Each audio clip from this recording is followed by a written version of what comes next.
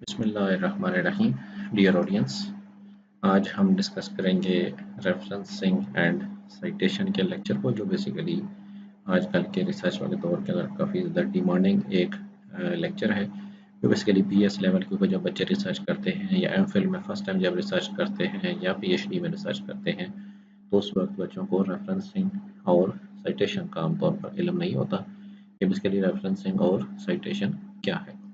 तो अगर हम इसको ओवरऑल अगर गो थ्रू करें, एक जनरल से अगर आपको एक कंसेप्ट दिया जाए, तो जब भी हम कोई भी चीज़ लिखते हैं रिसर्च के अंदर, तो हमेशा उसके अंदर आप उस बंदे के नाम को ज़रूर एक्नॉलेज करते हैं जिस बंदे ने पहले से रिसर्च की होती है, या जिसके थीसिस से, जिसके रिसर्च पेपर से, या जिसके रिव्यू पेपर से अगर आप कोई भी लाइन उठाते हैं, कोई भी अगर उसमें से कोई चीज़ उठाते हैं, उसको आप अपने साइटेशंस और रेफरेंसिंग के अंदर उसका ऑनरशिप को प्रेजेंट करते हैं कि ये जो काम लिया गया है ये बेसिकली मेरा नहीं है, बल्कि ये किसी और की अथेंटिसिटी है।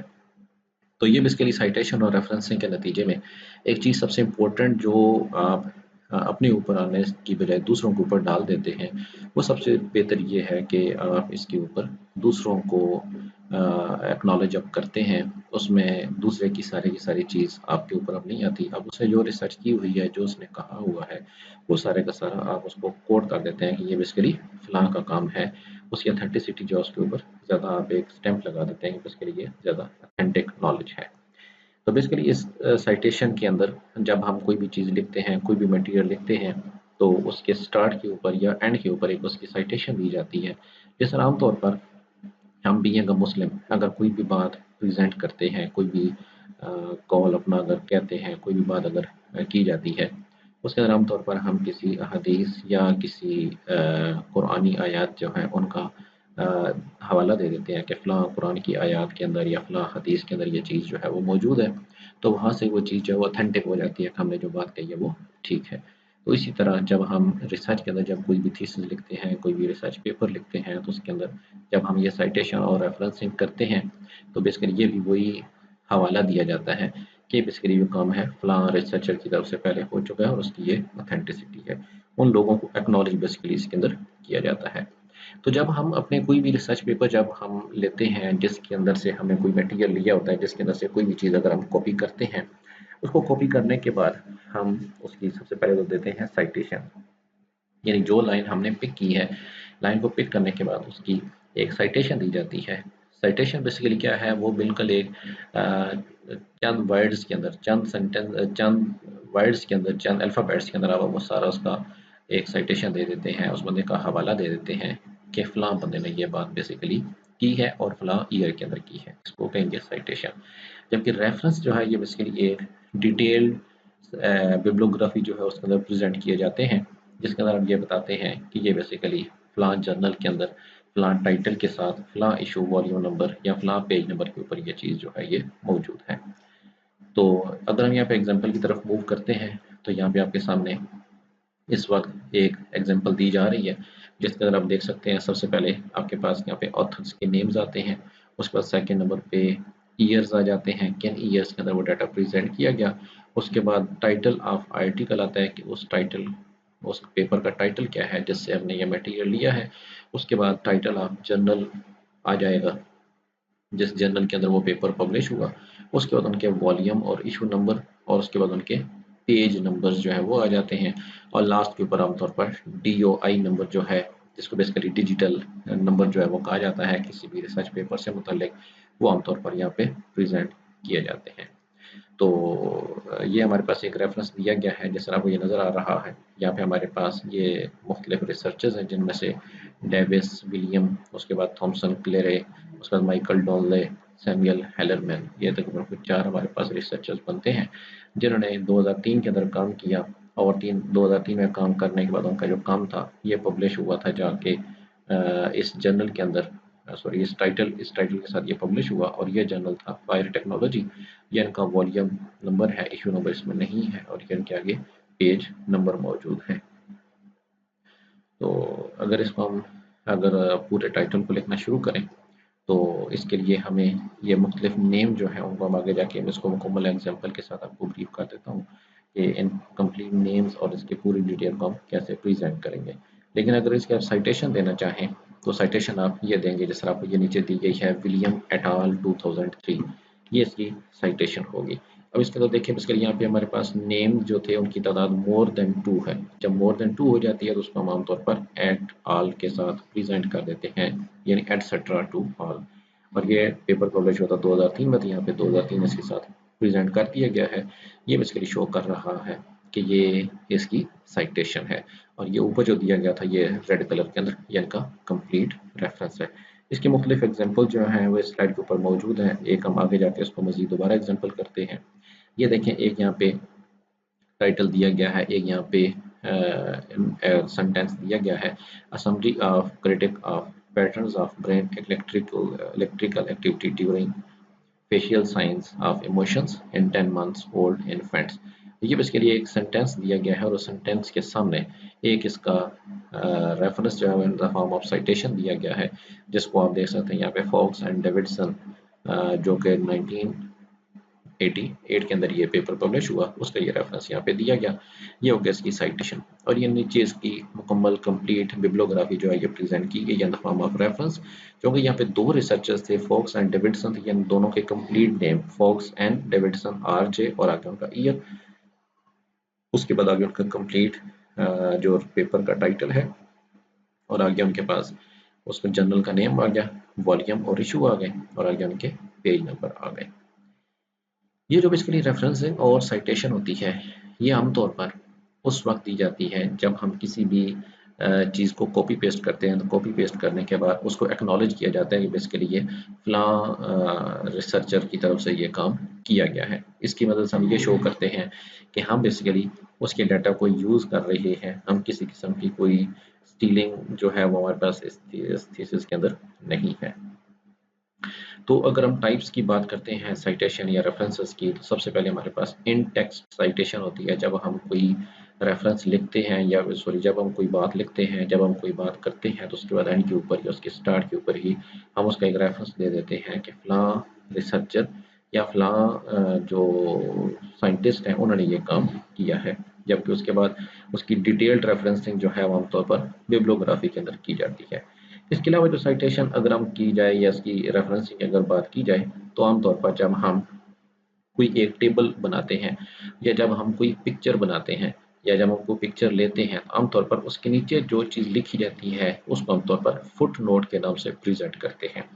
जबकि जब आपका ये थीसिस या जब आपका ये राइटअप मुकम्मल होता है, एंड के ऊपर उसका जब वो कंप्लीट हो जाता है, तो उसके एंड के ऊपर कुछ नोट्स दिए जाते हैं जिनको हम एंड नोट्स के नाम से प्रेजेंट करते हैं।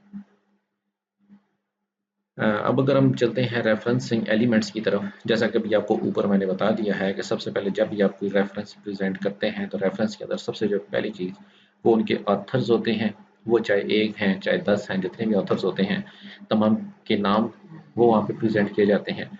उसके बाद उनकी पब्लिकेशन डिटेल्स, जिसके अंदर उनका ईयर ऑफ पब्लिकेशन आ जाएगा, नंबर 1।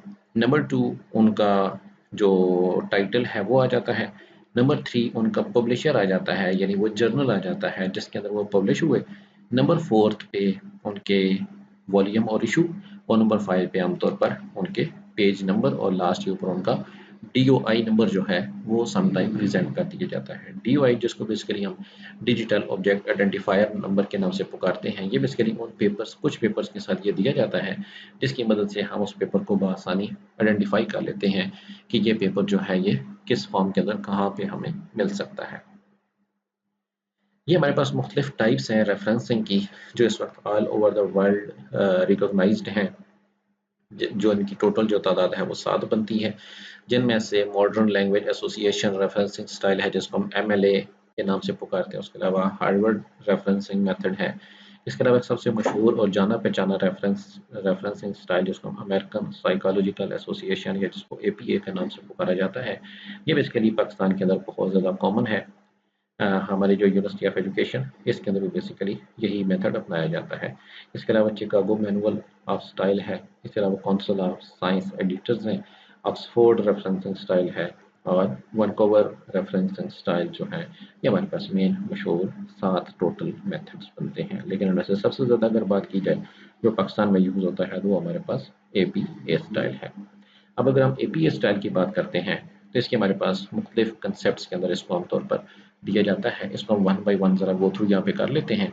अगर हमने इन टेक्स्ट साइटेशन देनी हो तो इन टेक्स्ट साइटेशन के अंदर हम जिस तरह को ये एग्जांपल्स दी गई हैं, ये हमारे पास दो एग्जांपल्स एक ही टाइप की दी गई हैं, जिसके अंदर एक रिसर्चर जिसका नाम ओकोरो है, एक ही बंदा है जिसने ये पेपर 2012 में पब्लिश किया। इसको लिखने के ये दो स्टाइल्स आपके सामने मौजूद हैं, जिनमें से पहले स्टाइल के मुताबिक यहाँ पे लिखा गया है Okoro said that education is power, यानी ओकोरो जो था इसने ये बात कही थी एजुकेशन जो है ये ताकत है। जबकि दूसरी तरफ अगर हम बात करते हैं तो इसी चीज़ को हमने नीचे एक और तरह से यहाँ पे प्रेजेंट किया है, education is said to be power, और ये बात कही है ओकोरो ने 2012 में।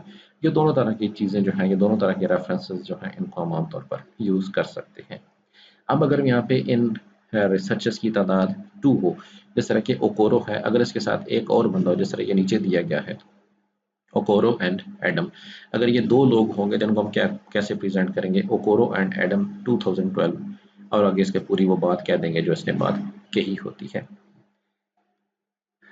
इसके अलावा अगर हम उसकी डायरेक्ट अगर कोटेशन देना चाहें, डायरेक्ट यानी उस बंदे को अगर नॉमिनेट करना चाहें, उसके अंदर आमतौर पर उसकी जितनी इन्फॉर्मेशन दी जाती है उस तमाम इन्फॉर्मेशन को कॉपी पेस्ट करके साथ हम उसकी जो रेफरेंस होता है, उसकी जो साइटेशन होती है, उसको प्रेजेंट कर देते हैं।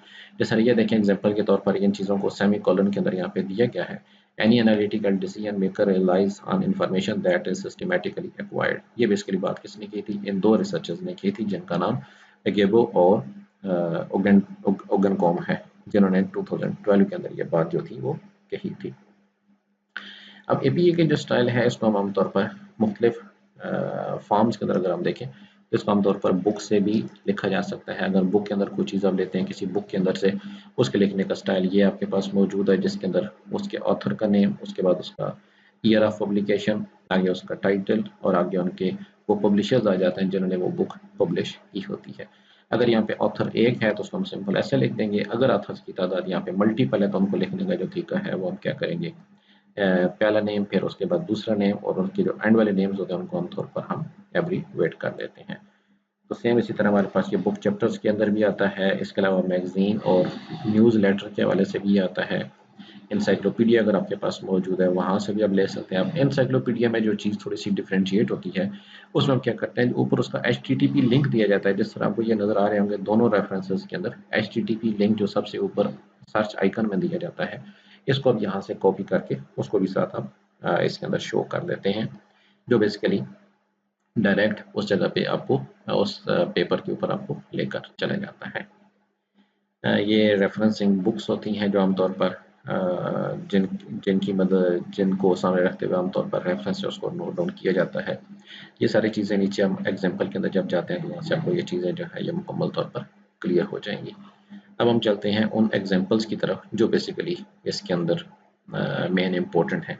ये हमारे पास देखें अभी एक हमारा एक पेपर पब्लिश हुआ था 2024 के अंदर। ये मुकम्मल पेपर और इसके मुकम्मल एग्जांपल्स के साथ आपको ये चीज़ें और सारे की सारी मैं यहाँ पे गो थ्रू करा देता हूँ। या इस वक्त बात करने लगे सिर्फ रेफरेंस लिखने की, साइटेशन हम एंड पे जाकर दोबारा देखते हैं। अच्छा, रेफरेंस लिखने के लिए ये इस पेपर के अंदर देखिए तमाम इन्फॉर्मेशन जो हमें रिक्वायर्ड है वो सारे के सारे यहाँ पे मौजूद है। सबसे पहले हमें जो चीज़ लिखनी है वो हमारे पास आते हैं ऑथर्स। ये हमारे पास ऑथर्स के नेम जो है ये सामने सारे के सारे मौजूद हैं। सेकेंड नंबर पे हमें चाहिए इसके अंदर ईयर, यानी साल, किस साल में ये पेपर पब्लिश हुआ। तो ये पेपर ये इसके DOI नंबर के साथ प्रेजेंटेड है 2024।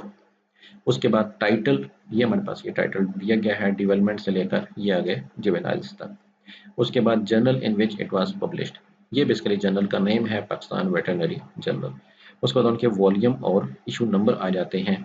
वो बेसिकली वॉल्यूम और इशू नंबर जो हैं वो इस पेज के ऊपर आई थिंक यहाँ पे नज़र नहीं आ रहे। चलें हम इससे आगे मूव करते हैं। इससे आगे बेसिकली हमारे पास पेज नंबर आ जाता है।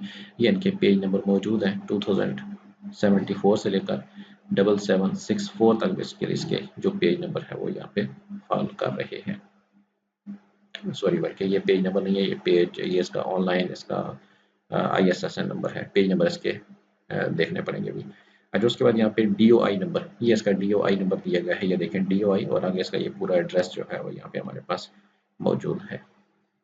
अब हम इन्हीं चीज़ों को सामने रखते हुए इसका ये पूरा जो है वो प्रेजेंट करते हैं। सबसे पहले इसके ये जो जितने ऑथर्स थे, अब देखिए हमारे पास ऑथर्स की तादाद टोटल यहाँ पे इसके अंदर 6 है।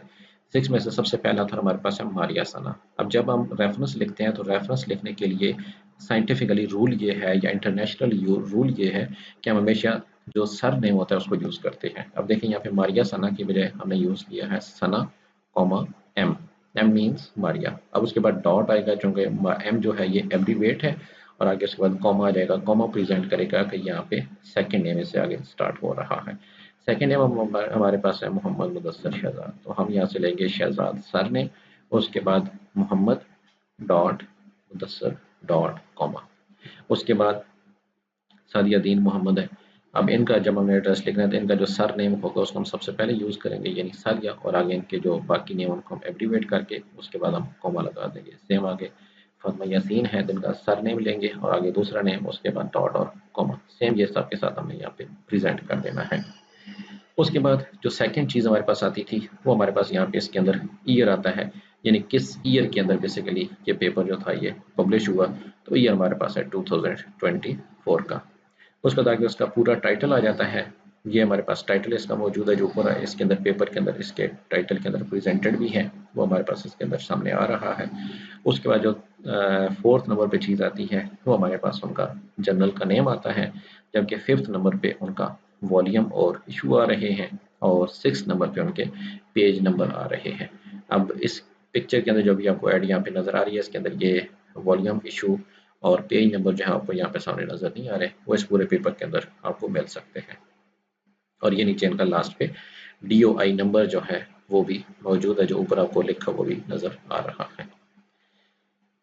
अब ये उसी रेफरेंस को हमने ज्वाइंट करके लिख दिया। अब ये ऊपर देखेंगे जब हमने रेफरेंस लिखे था ये सारे का सारा मुख्तलिफ पॉइंट्स के अंदर आपको समझाने के लिए मुख्तलिफ पॉइंट्स के अंदर प्रेजेंट किया गया है, लेकिन अब आपके सामने ये पूरा रेफरेंस अपनी ओरिजिनल हालत के अंदर मौजूद है, जिसके अंदर वही सारे के सारे नेम हैं। उसके बाद आ गया उनका ईयर आ गया है जिस ईयर के अंदर ये पेपर पब्लिश हुआ है। उसके बाद आ गया इनका मुकम्मल टाइटल आ गया है। टाइटल के बाद उनका जर्नल, उसके बाद वॉल्यूम और इशू नंबर, उसके बाद पेज नंबर और DOI नंबर। ये सारी चीज़ें जो हैं वो सारी आपको यहाँ पे इसके अंदर नज़र आ रही हैं। ये तो हो गई सारी रेफरेंस लिखने के हवाले से। अब हम चलते हैं साइटेशन के हवाले से।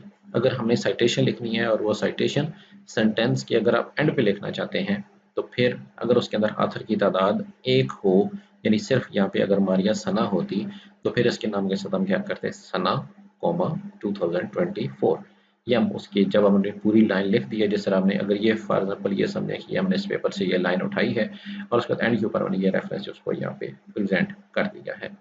अगर यहाँ पे ऑथर्स की तादाद एक की बजाय दो होती, यानी ये मारिया सना और मोहम्मद मुदस्सर शहजाद, ये अगर दो रेफरेंस होते फिर हम क्या करते सना एंड शहजाद दोनों के साथ नेम लेते कॉमा और 2024। और अगर यहाँ पे ऑथर्स की तादाद मोर देन 2 है तो फिर यहाँ पे पहला नेम उसका सर नेम लिया जाएगा। मारिया सना का सर नेम हमारे पास बन रहा है सना, उसके बाद एटाल डॉट कॉमा 2024। ये हमारे पास साइटेशन जो है ये आमतौर पर होती है जब हम अपना सेंटेंस पूरा प्रेजेंट करते हैं, और सेंटेंस पूरा प्रेजेंट करने के बाद एंड के ऊपर हम उसका जो साइटेशन है वो लिखना चाहते हैं। अब हम दूसरी तरफ चलते हैं। अगर हमने स्टार्ट के ऊपर अगर हमने सेंटेंस को स्टार्ट ही इस ऑथर के नाम से करना है, जिस तरह हम यहाँ पे अगर लिखना चाहें Sana presented at all, sorry Sana presented this या Sana directed this, Sana resulted this, अगर इस तरह का सेंटेंस हम बनाते हैं उसके लिए हमें सना या इसका जो रेफरेंस उसको हम सेंटेंस के स्टार्ट के ऊपर लेकर जाएंगे। लिखने का तरीका वही अभी आपको तीनों चीज़ें अभी आपको जो पिछली स्लाइड के ऊपर बताई थी, जिसके अंदर अगर ऑथर की तादाद एक है उसके लिए आपको सना और आगे जो ब्रैकेट आप शुरू करेंगे उसके बाद 2024 लिखेंगे। अब यहाँ पे कॉमा नहीं आएगा क्योंकि ब्रैकेट जो है ये बजाते खुद एक कॉमे का किरदार अदा करती है। अगर यहाँ पे ऑथर्स की तादाद 2 है तो फिर सना एंड शहजाद और आगे यहाँ पे ब्रैकेट शुरू हो जाएगी 2024। अगर यहाँ पे ऑथर्स की तादाद मोर देन 2 है तो फिर सना एट ऑल डॉट, यहाँ पे कॉमा नहीं आएगा और आगे 2024 आ जाएगा। ये टोटल था जी हमारे पास रेफरेंसेस और साइटेशन से मुतल्लिक लेक्चर, जिसके अंदर बेसिकली रेफरेंस ज़रूरी क्यों हैं, साइटेशंस क्यों दी जाती हैं, और उसके बाद साइटेशंस और रेफरेंसेस लिखने का मुकम्मल तरीक़ाकार क्या है। अब अगर इसके बाद अगर आपको कोई मज़ीद कन्फ्यूजन हो रेफरेंस और साइटेशन लिखने से मुतल्लिक तो वो भी आप नीचे क्वेश्चन बॉक्स के अंदर आगे पूछ सकते हैं, इसके अंदर कमेंट करके आप पूछ सकते हैं। तो इंशाल्लाह आप उसके आंसर जो हैं वो in the form of video, अगर क्वेश्चन ज़्यादा हुआ in the form of video, otherwise उसी के अंदर नीचे आपको उसके आंसर जो हैं वो दे दिए जाएंगे। इसके साथ ही आपका बहुत ज़्यादा शुक्रिया। इंशाल्लाह नेक्स्ट टाइम आपसे किसी और लेक्चर के हवाले से दोबारा मुलाकात होगी। Thank you.